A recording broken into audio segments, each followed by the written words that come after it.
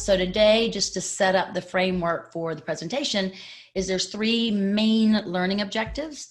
The first one is to develop a big picture idea behind kind of what is stress and what is that dynamic that occurs inside of us when we're dealing with conflict. And even a little bit higher than that is a global perspective and how you're viewing conflict and how that impacts you. The other piece is I want to make sure that you're in this process of the presentation today, gaining some better clarity and understanding of how you kind of deal with conflict and manage challenges.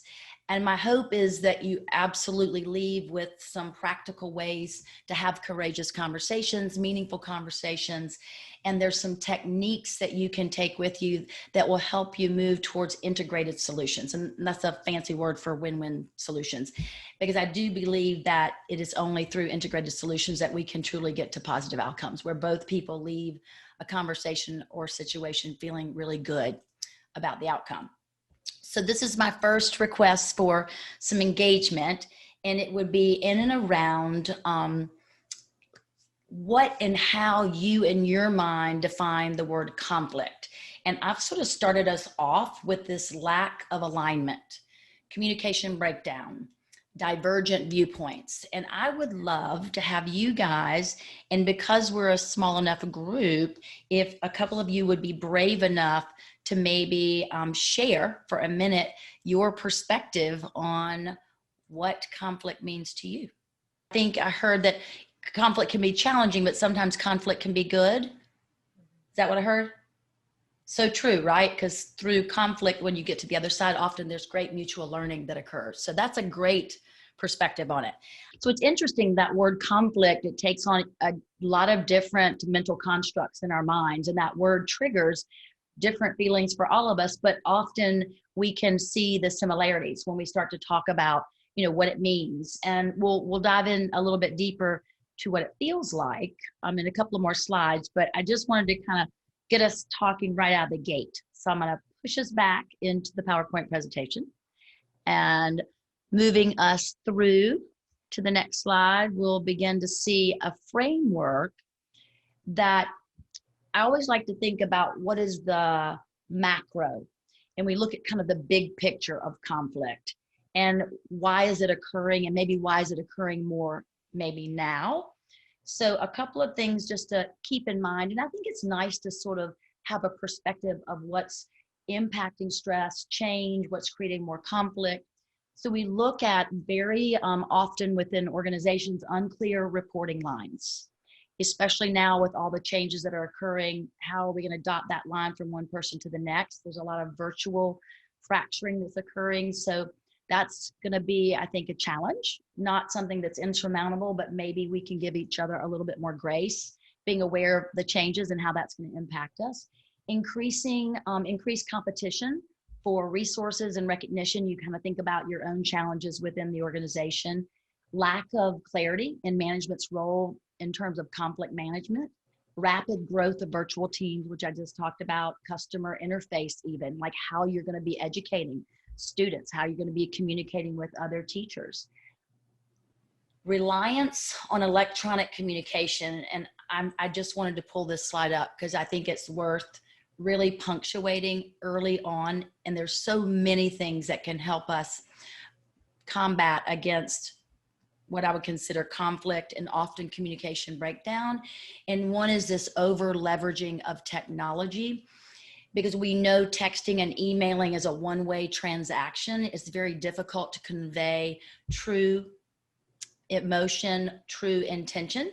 It's only through conversations that we can really understand and gain greater clarity, because it's two people or a team interfacing. So just a caution as we get pushed more and more into this technological world to think about that. Certainly we're looking at the globalization of workforces, different cultures, assumptions, different values, opinions, beliefs, lack of diversity, sensitivity, race, age, class, education, your actual ability, different people's personal and professional development. So knowing that we're all on a different path in terms of our personal growth, and some folks have higher EQ than other folks, doesn't mean that they're not well intended. It just means some of us are a little bit better, a little bit more skilled, and kind of goes to the poor skills. So it's one of those things that we can cultivate, though. And that's a little bit of why we're having this conversation today. Sometimes there's limited training, and hopefully this, along with other stuff that Barbara's got in store for you guys, it'll begin to provide you more tools in your toolkit so that when you find yourself in uncomfortable situations, you've got some things to reach for. We know that this fast-paced work environment that we're all experiencing now because of COVID and the cause of pivot is creating more stress. And are people ready? We are not a culture that dives headfirst into change. We tend to hang on and feel really comfortable in the status quo.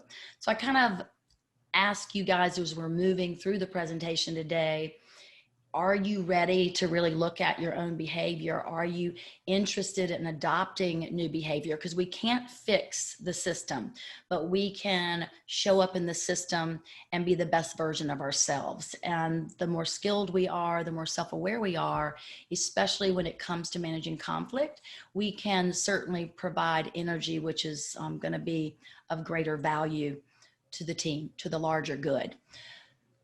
Make sense so far? Shaking heads. All right. So change, that word that some of us don't love, we have to be motivated. And so in order to be motivated, sometimes we're shoved into motivation, kind of like using more technology now. We didn't really have a choice. But in order to try to enjoy it, there has to be some level of intrinsic desire.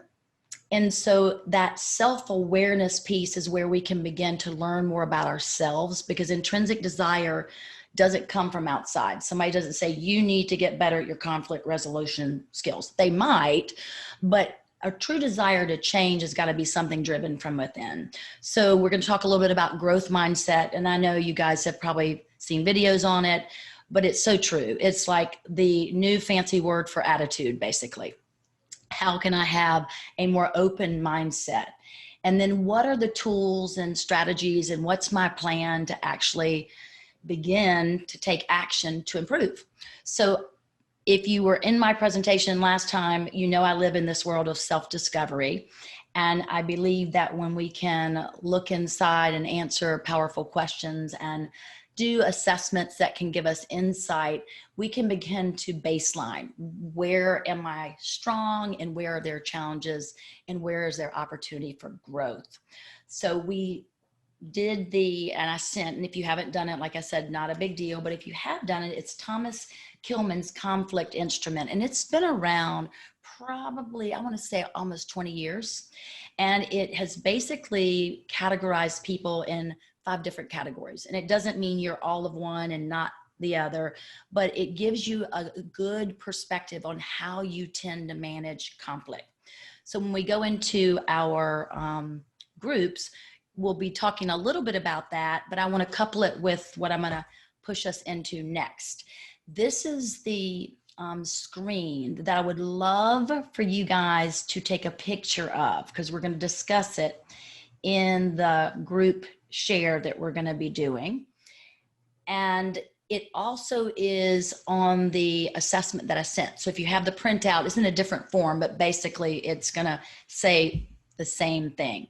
So you might take a look at this and go, oh, I can recognize myself in one of these 5 categories. And I've put light blue out to the side of some of the words, because you'll notice when you Google and you pull the mental model up, these 2 words are used interchangeably. So I didn't want you guys to be confused with that. So not complete parallel with the wording out there, but this captures both lanes. So when you think about collaborating, some literature will refer to it as problem solving. Make sense? All right. So this first strategy, the strategy of self-awareness, is asking these powerful questions. And I'm going to ask you if you will chat with me in the chat box. And my first question is, how does conflict make you feel? And I think that's an important thing to actually pause and think about, because unless we're wanting to change how we feel, there's really no motivation. So if you will just chat one word or two words, and I'll tell you how I feel. Uneasy sometimes, stressed, don't want to say the wrong thing, uncomfortable, anxious. I'm seeing some of your stuff come in, depending on who it is, right? Sometimes when we have a strong foundation with somebody, when we're dealing with tougher situations, there's a strong enough base of a relationship and trust there. It's not quite as uncomfortable, afraid, and that can create a lot of anxiety. And we'll talk about that a little bit deeper into the presentation. And I think pretty much everybody's probably shared. So you can feel the common denominators, literally, that we all experience. And certainly, I don't know that I've had any presentation where I've talked about this topic and people say, I love it. Now, every once in a while, you'll meet somebody that loves conflict. They like to negotiate. That's sort of their personality, but they are certainly not the norm. Most of us feel a little anxious and uncomfortable. And many of us feel a physical impact of what stress can do when we are in uncomfortable situations, which is often when we're in conflict.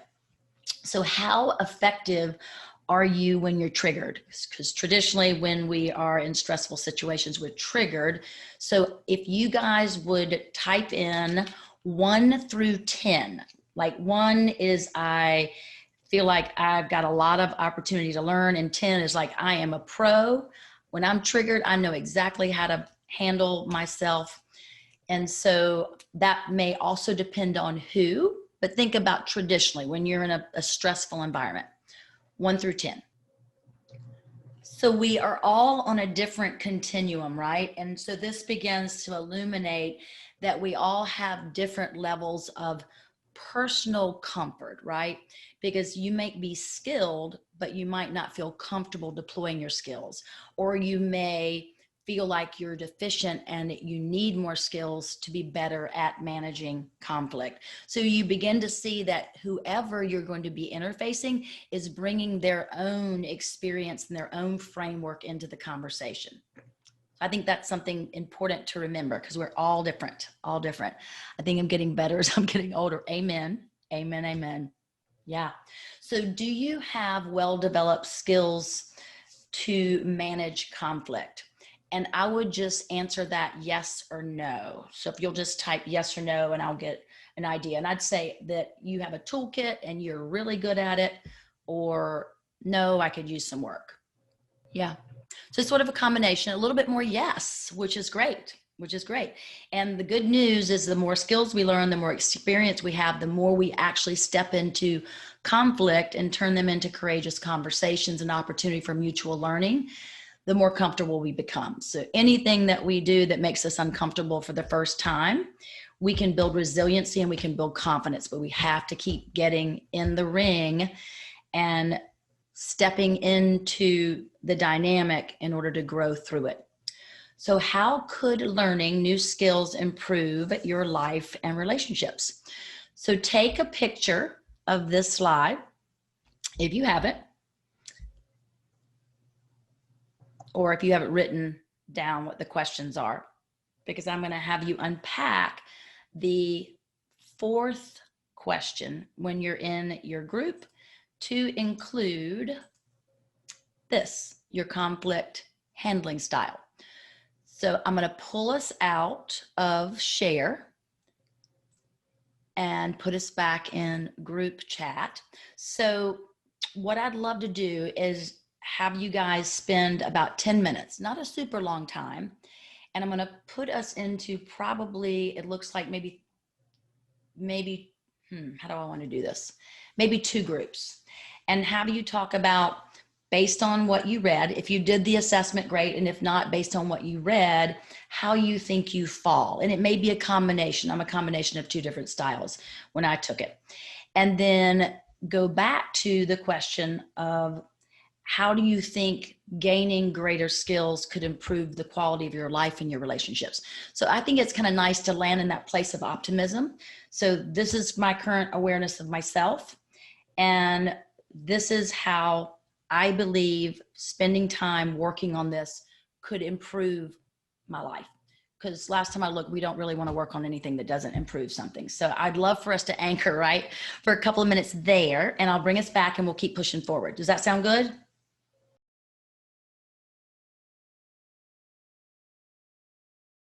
Disruption.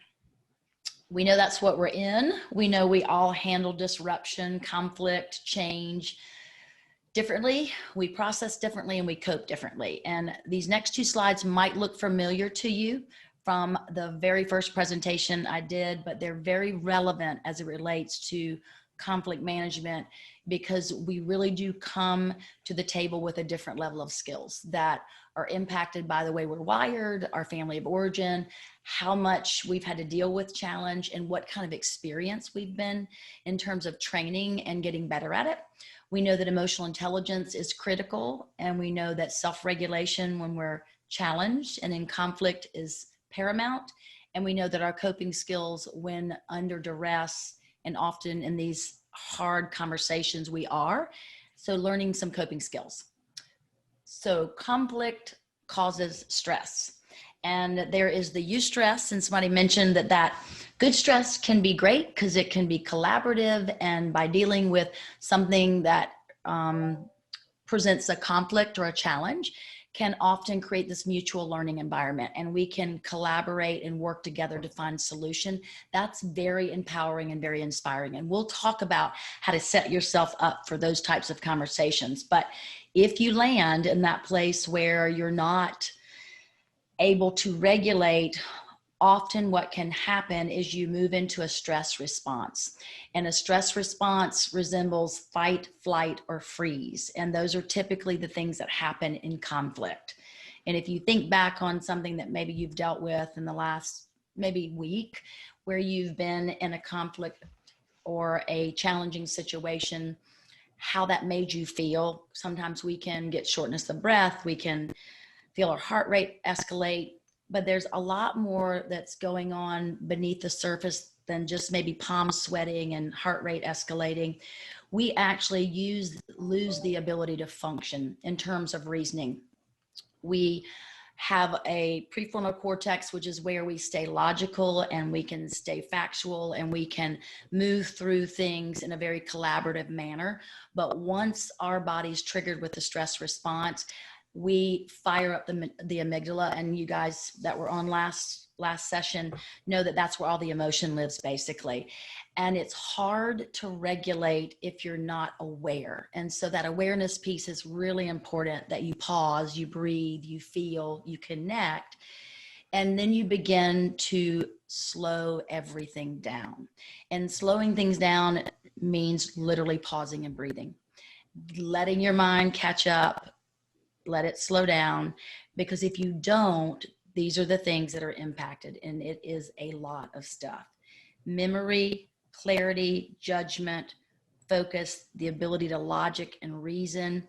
We become very anxious. We often become forgetful. We can lose words. Things don't compute. So if you can imagine, none of that stuff bodes well when you're trying to manage conflict. So I didn't want to land us here for 20 minutes, but I did not want to miss the opportunity to remind us, if we are not self-governing and we're not practicing self-regulation and we're not coping when we find ourselves in these situations, it can literally be a runaway train. And that's exactly what you'll look like: triggered and not reasonable, and certainly not in the best position to find the integrated win-win solutions. So growth mindset.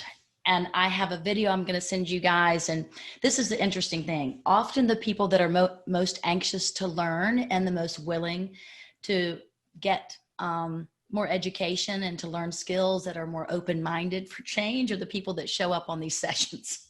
So it's often the other folks that don't show up that pose the most challenge. And so I'm going to send you some stuff that you certainly can share forward with folks that maybe could use a little bit more support and understanding in and around managing stress and maybe their own personal awareness. But we do know that a willingness to question ourselves, to question the status quo, to be open-minded, to new possibilities, to innovation, to collaboration, to reframing our thinking, because we get very frozen in our opinions and our values and our norms and our perspectives. And those perspectives are formed by our life's experiences. So we are only seeing a frame of what we've been exposed to. So it really begs this beautiful question of, how about slow down and pause and listen to somebody else's opinion and really be present? And the thought of reframing is a really cool thing, because it doesn't force you to be all or nothing. It doesn't force it to be black or white. It doesn't force us into any choice, because if you look at this picture, it's such a beautiful illustration of seeing two different things at the same time. Both things are right. So if you're looking at it, you've got a goblet if you're looking at the white portion of the frame. And then if you're looking at the black portion of the frame, you'll see a silhouette of a woman's face. And I just think this is such a beautiful illustration that we sometimes battle, and it's you win, I lose, and there's no middle ground. In reality, it doesn't have to be either or, it can truly be both and you cannot figure out the both and unless you truly pause, inquire, and co-create solutions. Make sense? So if we look at a strategy that you could deploy, and this is kind of a broader strategy because we're going to really start to get into the nitty gritty of true things that you can do, tools, skills that you can think about, but on a higher level. When you're challenged and you find yourself getting anxious, if you can think about the 4 Ps, and I introduced this very briefly in the last presentation, but it fits so beautifully when we find ourselves in conflict or challenging situations, because often we want to fix, solve, check the box, move forward, get it done. And when we move into that rapid thought process, especially if it's supersized by being triggered or emotional, the outcome won't be what we want it to be. So my avocation in this slide is to think about the 4P process is to pause and breathe, process, ask more questions of yourself, challenge the status quo in a respectful manner, be open to new possibilities, pivot your thinking, co-create a new direction, and then collaboratively moving forward with greater intention.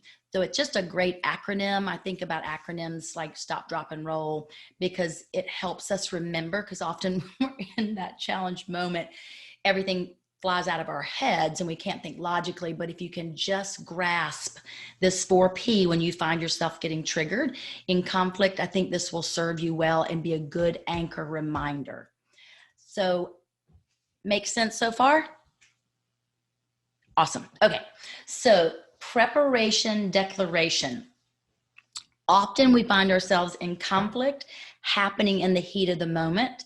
And I would advise that you take a step back and you pause and you come back into the situation, whether it's 10 minutes later or the next day, because most things that are occurring when you're triggered, the behavior that causes is something usually the next day that you're not proud of.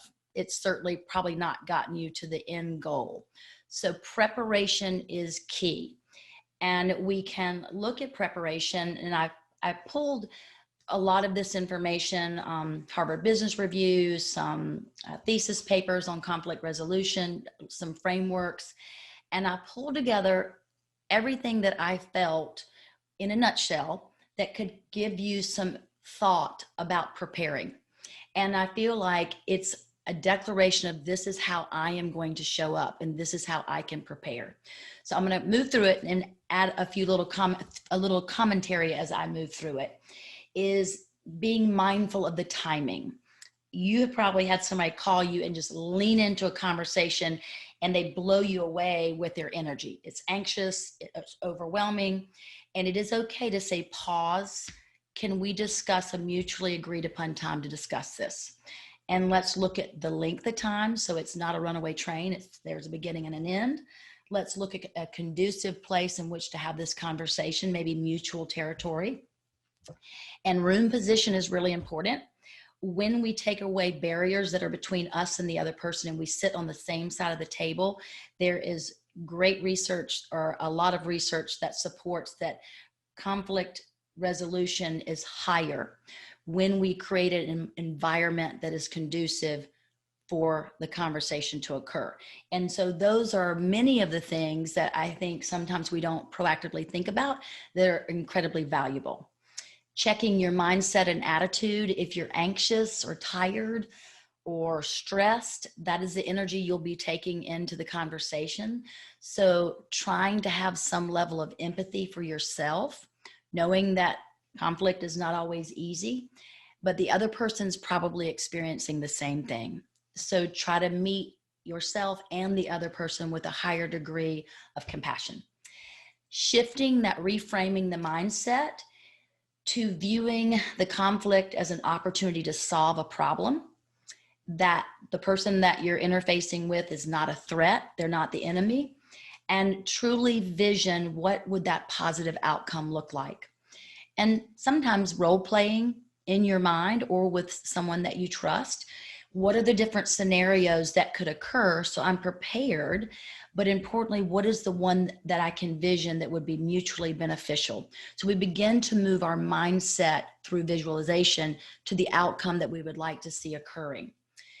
Be clear with your intention and prepare with a win-win attitude, because often it's a win-lose attitude. When emotions are high, there's a blame or a attitude of they're wrong, I'm right. And so if we can reframe our thinking and step back and go, is my intention to create harmony, to find a win-win solution, and to move forward on the same side of the table? And that's a way to kind of check yourself right before you wreck yourself, if you will. Pause if you get triggered, because often we do. Not all conflict is smooth. Sometimes it's moving smoothly, and then sometimes there's a misstep and emotions flare. And so how can you keep coming back to this grounded place?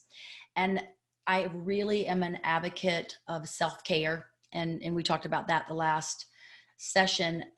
This rest piece is critical. When we're stressed and tired, we're probably not equipped emotionally to deal with a lot. So it may be that you govern yourself and you talk to the other person and say, hey, I really want to talk to you about this, but I'm just not in the best position right now in this moment to be the best version of myself for you in this conversation. And it's okay to say no right now, temporarily, and to set healthy boundaries and to still create this sense of it's important. I'm not putting you off, but I just want to make sure that I'm setting myself up to be the best that I can be in reaching resolution with you. Communicate from a place of respect, tone, nonverbal, body language, all of those things are important. So how can I prepare myself, especially if I have anxiety and I think I'm right? How can I prepare my language? How can I do role playing in my mind or literally with someone that can play out the scenario with you so that I'm speaking from a place of respect? Because if we don't show respect, it will automatically trigger the other person to not show respect. So we want to give out what we would like to receive in return. I think it's important, and research shows that to state my intention right out of the gate, the desired outcome authentically. And it may be something like, hey, we've got a lot to talk about, and there's maybe been a lot of things that have been said, but I just want you to know we're going to probably have to talk through some tough stuff. And I'm great with that, because that's how we'll get to the other side. And regardless, I want us to both be heard, and I want to share the floor with you. And I might not have all the answers, but I do want to let you know my goal is for us both to leave feeling better. And when there is that type of attitude, when we come to conflict, it immediately releases the tension, and it makes everybody kind of put their guard down, put their armor down, if you will. So all of this is pre-preparation, and it's interesting how much goes into it before you even start the conversation. Holding space for the other person to do the same. So remembering before you engage, that it's got to be an equal exchange. Some people are introverts, some people are extroverts, some people are hard drivers, some people are internal processors. So keeping in mind that just because the person's not talking doesn't mean they don't have something to share. So trying to, especially A personality types, and I'm one, I lean a little bit more extrovert. I'm not a radical extrovert, but I can talk for sure. And so how can I make sure that I hold space for the other person to be heard? And getting yourself in that mindset, knowing who you are and how you normally arrive, and watching your tendencies. Build trust, because I know it is the foundation to a successful outcome. Always pause if needed, and unmanaged emotion can derail the best of intentions. Some of these things we've already talked about, but I'm a big believer of visual reminders and putting things in sort of bite-sized pieces. And this empathy and trust is so key to building the foundation. And to do that, as I mentioned earlier in the presentation, proactively rather than reactively, because if there's some common ground already established, the ability to work through conflicts and to integrate solutions together, much higher probability. When we see people and hear people and ask questions, that shows empathy. When we barrel straight into our opinion and stay locked in our position, it shows rigidity. And rigidity creates this kind of like armor, take sides, go to battle. So we know if we can just let our guard down and maybe even be a bit more transparent with our own emotions, that it creates this sense of trust and more of a harmonious energy moving into conversations. Being direct is really important. Handling things timely. And again, it kind of goes back to, there's a time and a place to have these conversations, and to think about that strategically is important. Often when we just barrel into conversations without a lot of preparation, we can derail ourselves, even if we go into it with positive intent. The things that happen when we're not direct is it leaves a lot of ambiguity and people get confused. And if we can give clear examples and be direct, it really helps us reach resolution, because we've got a target. We know what we're talking about. Circumventing and skirting around can feel a little passive aggressive, and it can be very confusing. It's also scary to be direct, but it's far more powerful. Handling things timely is important, because if we see the same behavior happen over and over and over again, it's like we're stepping over trash, and we're almost, by not talking about it, reinforcing the behavior. So really important, 2 things to do: direct and timely. Stick to the facts and seek the truth. Often we have a story in our head, and we have made this big assumption and leaps and have created this big story with all these different outcomes. And they are projected outcomes. They are manifestation of what we have created in our own minds. So sticking to the facts and really being due diligent to seek the truth. Because think about it, when we're exacerbated, we make statements like everybody said, or my child's the only one, or you told me it was going to be 10 hours and it's really 4 hours. I mean, all these absolute statements, and we have to keep peeling the onion back and bringing people back to truth. And truth is found in fact. Don't assume or blame. And I would love to really land on this one for a second, because I am a big offender of the don't assume. I will jump to a conclusion in a nanosecond, because I have this very active mind. And I will assume that somebody meant something, and I'm like, how did I assume that without checking? Really important to check your own assumptions. And blaming can be very, very detrimental. We know when we blame somebody, they immediately feel personally attacked. And if we can stick to the facts and talk about processes in transactions and not character, and use language that make people feel safe and not personally attack their character, because that can really spiral somebody emotionally quickly. And you can shut down even a positive conversation if you get tripped into that place of, you need to be this, or they need to do that. I mean, those statements can really become personal and feel like a character attack. Seek to understand. I've already kind of talked about that. Be fully present. So I have been in situations where I've been trying to manage a conflict, and you guys probably have too, and somebody's looking around or checking their phone, or their body language is closed, or they're not making eye contact. And that doesn't send, I'm seeing you, I'm hearing you, I value you, I'm fully present. Actively listening, but also more than that, being fully present in the room. Because if we're daydreaming, we're missing parts of the information that might be important to hear, that might help thread us to a place of resolution. Sharing emotions authentically can humanize us. I mean, Brene Brown and all the work she's doing about courageous conversations and vulnerability, I think she's setting this new bar.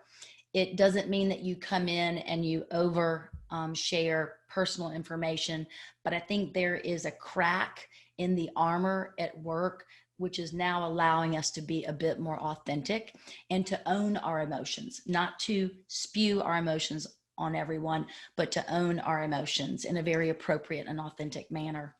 Mutual airtime, we talked about that, knowing that extroverts are going to talk more and introverts are going to talk less. And if you have talked 75% of the time and the introverts just not, or extroverts not jumping in to share, and you think that was equal distribution, I can guarantee you it is not, because they are internally processing and they are dying for an opportunity to share, but you're not giving them a window or chance. So that's really important. Stay curious and seek alignment. So asking those powerful questions, asking more questions to understand what's really important to somebody, because often the conflict is not about the obvious thing. Often the conflict on the surface is kind of like that iceberg. You think you know the conflict, but you ask more questions and the real issue lies much deeper underneath the surface. And it's very difficult to sometimes understand that when you're having surface conversations. That's why true conflict resolution is like peeling onions back, and it takes a little bit of time. Sometimes it takes taking a break and coming back and continuing the conversation, because sometimes conflict goes deep, right? It goes deep. So just being and knowing that sometimes the presenting conflict is not the true conflict. Be creative and stay open. So that ideation, that word of mutually solving, thinking outside the box. Here's my solution, there's your solution, and you're at odds, right? Or you have a different opinion. How can we put those two things aside and go, let's co-create a solution? You know, I want the window up, you want the window down. So rather than it being such an absolute, maybe we turn the fan on. Maybe we move your seat to the other side of the room. Maybe I loan you my jacket, right? So there's all these like out of the box ways of solving something than it being such a black and white solution. And that requires the energy by the people that are in conflict to really sit down and come up with out of the box creative solutions. Preparation and timing, we've talked about that. Avoid the all or nothing thinking. We've talked about that. We have talked about the character and mistake detachment. And that's not just for you to have awareness in the language that you use, making sure that you're not attacking the other person, but also know that when someone is giving you constructive criticism, or they are sharing something that you've done that's created angst, for lack of a better word, is to try not to take it as a personal assault. Try to look at what the behavior is underneath it, or the transaction or the disagreement is not a reflection of your character and who you are as a human being, because that can get us really sticky, really, really sticky. And we can also, being more aware, if that is happening and we feel attacked, it's way okay to say, hey, you know what? I don't think you mean to be attacking me personally. This is what you're saying, and this is how it's making me feel. And I'm thinking that's not what you're intending. Can we kind of talk about it in this way? I think that will work better for me. Are you okay with maybe us using this type of language or approaching it this way? Because we know not everybody is equipped and has all these, skills and awareness and emotional intelligence to meet us, especially in the heat of the fire and there's a trigger and all this stuff is happening. Sometimes it just takes one person to try to anchor, and your energy will have an impact. And sometimes we have to take the high road. Third party storytelling, very powerful, putting yourself in someone else's shoes, sharing a personal story, humanizing the situation, humanizing yourself, which is an interesting way to be vulnerable and authentic. And it takes it out of the conflict and puts it into story, which often can soften and take somebody along a journey that takes them out of their emotional state of, in some cases, being triggered. Great way to get through to people. Using paraphrasing to confirm.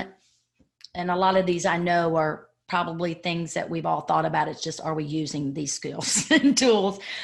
But often and importantly, when we're trying to process a lot of information, it's so important to pause and say, hey, I want to make sure I'm tracking and I'm following you. This is what I heard you say. And I just want to make sure I'm understanding you, because I want to make sure we're moving towards mutual agreement or solution. And it helps because often, we can't process everything as quickly as we think we can, because we get distracted and we can actively listen, but often we don't hear everything. And sometimes it's important to check in. And I try to do that, especially in a heavy conversation, to actually pause and paraphrase back throughout the entire conversation. Because when we restate back what we've heard, that person feels heard. They also hear what you heard them say, and they have a chance to validate it and say, yes, that's right. Or they can say, oh no, that's not quite what I meant. Let me back up and express myself in another way. So to be able to toss that back and forth is very powerful. Checking for unconscious bias kind of goes back to, we are only as aware as our own frame of references, where we grew up, our morals, our values, the things that have shaped us, our decision making, how we manage and deal with stress, how we view the world and people. And so just always taking into account, somebody from Canada may deal with something in a different way than I do. Somebody from a different background may deal with a conflict in a different way. So just leaving room and space for people to bring what they have experienced to the equation, and to not have such a win-lose, I'm right, you're wrong. So that watching righteous behavior is kind of where that can come into place, because sometimes we don't really go in to seek the other person's opinion. We're so righteous and right in our own minds. And when that happens, the mindset is shut down. The brain literally, when we're thinking that, the brain literally goes, I'm not going to hear another word. I just shut down. I'm going to stonewall. I'm going to avoid. And it sets up all these barriers in our brain that truly keep us from moving forward into mutual understanding and agreement. So watch for those biases, watch for that righteous behavior. Assume positive intent. So often we go to battle convinced that the other person wants to get us. The other person doesn't like us. The other person's opinion is wrong, and therefore they're just trying to make my life miserable. I mean, you're thinking they're wrong, and then with that is, they're just trying to make my life miserable. They're unreasonable. They are a jerk. I mean, there's a lot of internal dialogue I'm sure we've all had with choice words about people who, pose a threat to us, right? And so how can I see that person as an ally and not a threat? How can I vision positive outcome? I can't. There's no way I can envision positive outcome and look in a direction of mutual solution, problem solving, unless I go in with positive intent. There's an assumption that there is positive intent that immediately changes my mindset. I'm actually opening myself up to considering new possibilities. And if I go in with a negative mindset and I think the person has ill intent, that will show on your nonverbal body language. It will show up energetically. It will find itself in the way that you're processing the conversation and the language that you're using. So that's a really important thing and powerful thing to consider. Seek to understand intention. I missed that one. So often, what is the intention and what does the solution really look like? And sometimes we are confused. It's like there's no preparation. You're even going back when we were talking about, I think it was Kelly, about the heat of the moment, where we've been called into the principal's office, or we're on a call with a parent that's upset, and it's like we find ourselves, one minute we're calm and then all of a sudden we're thrown into the fire. And to really establish early on, to seek what solution we're all looking for, like to pause long enough to say, before we embark in just conversation, I want to seek to understand, what is our intention? Like, what is the intention of this conversation? What is the outcome we're looking for? I just want to have a good understanding, because I really want to be present for everybody. I want to understand what I'm stepping into, and I want to get an idea of what success looks like. And it's inviting everybody into that conversation. And a great way, and a neutral word to use, and really it's quite a positive word, is intention. Intention. And when you ask somebody what their intention is, that doesn't trigger negativity. It usually triggers, they care about my opinion. So this slide may be your homework. It was going to be the work that I was going to encourage you to do in your group, because as Barbara mentioned, there's so many strategies and tools out there. And this one is encouraging you to literally just put 5 things that you heard from this presentation that you could use and start deploying tomorrow, today, right? And try not to build Rome overnight. Try not to memorize the 30 things I've shared, but just go back through and take a look and go, what are the 5 things that really resonated with me? And how can that be my roadmap that I could truly deploy? And I'm going to end us in 30 seconds. I am going to have you close your eyes. And I always feel like it's important just to breathe in the moment, and to just not rush, to really pause and think about, was this meaningful? Is it something that would improve the quality of my life and my relationships if I chose to take action to integrate some of these things? And that's the intrinsic motivation. Is it worth your time and energy? Could you see some improvement in your life? And the last thing I will remind you is that there is really power in the pause. So pausing to breathe is critical, especially in conflict. Pausing to be very present, to take your own personal inventory.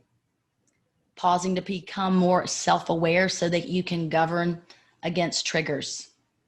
Pause before you sometimes move forward too quickly, before you proceed. Pause to have compassion. Pause to self-regulate. Pause before you react, before you assume, before you accuse, or before you defend. Pause always to take a breath, to seek the truth. Let the pause be the bridge between thought, emotion, and reaction.